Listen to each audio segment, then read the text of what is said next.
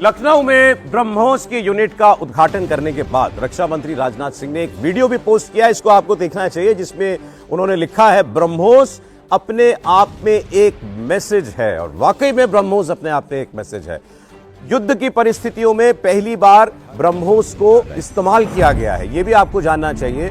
ब्रह्मोस की कैपेबिलिटी, इसकी क्षमता और कितनी घातक है ये दुनिया जानती थी। इसके बारे में नेटो के लोग क्या बोलते हैं आपको जानना चाहिए। इसको कहते थे वो लोग विडो मेकर, मतलब ब्रह्मोस अगर चली है तो फिर किसी की जान जाएगी।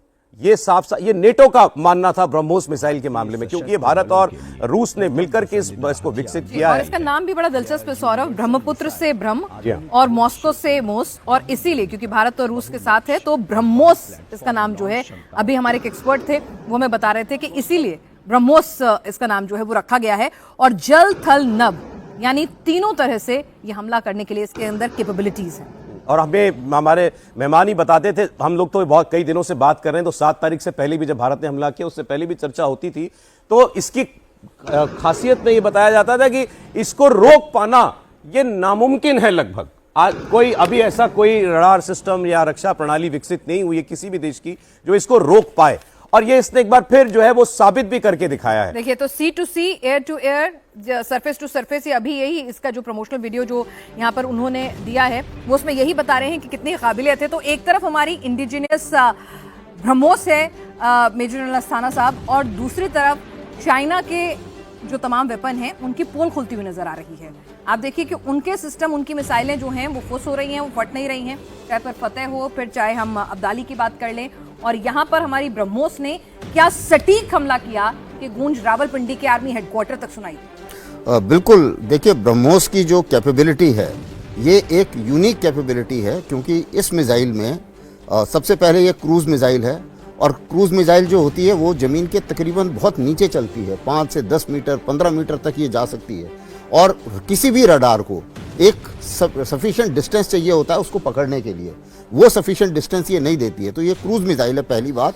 और क्रूज मिसाइल होते होते हमने टेक्नोलॉजी इसमें डाली कि ये सुपरसोनिक है, तो सुपरसोनिक और क्रूज होने के कारण इसको पकड़ पाना और इसकी झलक पाना बहुत मुश्किल है। ये सिर्फ आपको नज़र आएगी तकरीबन जब ये 10-12 किलोमीटर आपके पास होगी, उससे पहले ये नज़र नहीं आ सकती। अगर आप शिप से भी देख रहे हैं तो उस टाइम में, और उतना रिएक्शन टाइम किसी के पास नहीं होता है, किसी भी सिस्टम के पास 8 to 9 सेकंड। हाँ, तो इसलिए जो है हमने इसका इस्तेमाल किया है मेरे ख्याल से। हाँ, तो इसलिए अच्छा, दूसरी चीज ये है कि आज की डेट में अब आप देखिए किसी भी हथियार की अहमियत तब सामने आती है जब वो बैटल टेस्ट हो जाता है। इस बार अब ये बैटल टेस्टेड मिसाइल है।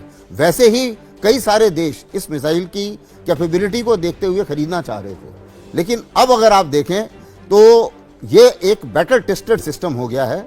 और उसी मुताबिक जो पाकिस्तान ने इस्तेमाल किया फतेह, वो जो है वो बड़े आराम से उसको हमारी S-400 बर्बाद कर पाई। तो अब हालांकि S-400 का हम लोगों ने डिक्लेयर नहीं किया है कि हमने इस्तेमाल किया या नहीं किया, लेकिन फैक्ट है कि जो फतेह उन्होंने फायर की थी वो हवा में ही बर्बाद हो गई। तो इसका मतलब हमारे सिस्टम्स ऐसे हैं जो पाकिस्तान की और चीन की मिली भगत से जो भी बेस्ट मिसाइल प्रोडक्शन वो कर सकते हैं उसको आराम से उसको गिरा सकते हैं, जबकि हमारी ब्रह्मोस मिसाइल कोई भी नहीं गिरा पाए। इसको सर एक बार आप बता दें डिटेल में, क्यों पाकिस्तान को भनक भी नहीं लगी, हवा भी नहीं लगी कि ब्रह्मोस आ रही है उसके ठिकानों पर। देखिए, दोबारा से समझाता हूं कि क्रूज मिसाइल है। एक तो क्रूज मिसाइल का मतलब होता है कि ये जमीन से बहुत सट के चलती है। अच्छा। नॉर्मली रडार को एक मिसाइल को का सिग्नेचर लेने के लिए एक सफिशिएंट डिस्टेंस चाहिए होता है, जो कि तकरीबन 30, 40, 50 जो भी बैलिस्टिक मिसाइल है वो हवा में जाती हैं और फिर अंदर घुसती हैं जब टारगेट के नज़दीक जाती हैं, तो उससे एक रडार को उसका सिग्नेचर पकड़ने में आसानी होती है। ये एक क्रूज मिसाइल है, लेकिन जो विश्व में जितनी क्रूज मिसाइल्स हैं उनकी एक लिमिटेशन ये है कि वो बहुत धीरे चलती हैं। अब यहाँ पर हमने इस टेक्नोलॉजी को इस तरीके से बढ़ा दिया कि एक उसको क्रूज मिसाइल है और उसको सुपरसोनिक स्पीड तक ले गए हैं। तो सुपरसोनिक क्रूज मिसाइल का अभी इस समय कोई तोड़ नजर नहीं आ रहा है किसी के पास। इसीलिए सब कुछ, ऐसा नहीं है कि पाकिस्तान अलर्ट नहीं होगा या उनके एयर डिफेंस अलर्ट नहीं होंगे, क्योंकि जब उन्होंने एक बार मिसाइल मार दी, दूसरे दिन उन्होंने मिसाइल मारी थी, तो उसके बाद में उन्हें भी अंदाजा होगा कि कुछ ना कुछ बड़ा हथियार आएगा। तो उस समय में उनका एयर डिफेंस अलर्ट होते हुए भी इसको पकड़ नहीं पाया, और जो इसने भयानक क्षति की है अलग अलग एयरफील्ड्स में, और तो वो जो है वो एकदम उससे पाकिस्तान का पूरा नक्शा बिगड़ गया। क्योंकि जैसे ही रावलपिंडी के पास जब इतना बड़ा आघात हुआ और उसी के पास उनकी न्यूक्लियर इंस्टॉलेशंस हैं, तो उसके बाद आपने देखा होगा पूरा विश्व हरकत में आ गया। क्योंकि टर्निंग पॉइंट, अगर हम कहें कि that was the turning point and the culmination point also in some manner or the other. Sir, इसके साथ अभी तक तो हम लगातार ही बता रहे हैं कि आज हमारे डिफेंस मिनिस्टर ने भी और योगी आदित्यनाथ ने भी कह दिया कि भाई हमारे पास क्या ताकत है, हमारे पास कैसे हथियार हैं, आतंक को ना सरहद के इस पार ना सरहद के उस पार छोड़ेंगे। और ये पूरी दुनिया देख ले कि हिंदुस्तान आतंक करने वाले, आतंक फैलाने वाले, उसको सपोर्ट करने वालों के साथ क्या करता है, और आगे भी यही करता रहेगा। ये हमारी बदली हुई नीति है। लेकिन अब सवाल ये है कि कल 12 तारीख को 12 बजे जो डीजीएमओ लेवल की बातचीत होगी, वो अब इस म्यूचुअल अंडरस्टैंडिंग को कहां ले जाएगी, ये अपने आप में सबकी निगाहें उस पर टिकी हुई हैं। उस पर भी चर्चा करेंगे सौरभ। जी हाँ, बिल्कुल।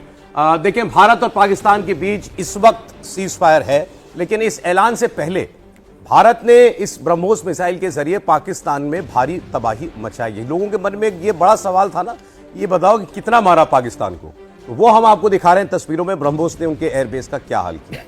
पाकिस्तानी एयरबेसेस के तबाह होने के वीडियो सामने आ गए। ब्रह्मोस मिसाइल ने नूर खान एयरबेस, पीओके में मौजूद स्कार्दू एयरबेस, रफीकी एयरबेस, मुरीद, सुकूर एयरबेस, सियालकोट में उनका जो ठिकाना था एयरबेस का, चुनियान एयरबेस, शाहबाज एयरबेस, सरगोदा बहुत उनका क्रूशल एयरबेस जो है, पसरूर, भोलारी एयरबेस, यहां तक जाकर के हमने इनको मारा है। और ये बिल्कुल जो नजदीक थे बॉर्डर के या वो पीछे थे, एक डिस्टेंस पे थे, हर जगह जहां हमने टारगेट किया, एयरफोर्स ने जो लक्ष्य चुना वहां जाकर उनको मारा है। 11 एयरबेसेस, बड़ी बात होती है, बहुत मेहमान है आपको और बताएंगे। 11 एयरबेसेस जो हैं एक दिन और रात में, ये आपने उनको जो है जाकर के घर में घुस करके उनको मारा है। और वो तो कभी पाकिस्तान वाले जो हैं, अदरवाइज सेना तो कभी नहीं मानेगी, उनके लोगों ने वीडियो बना करके दिखा दिए।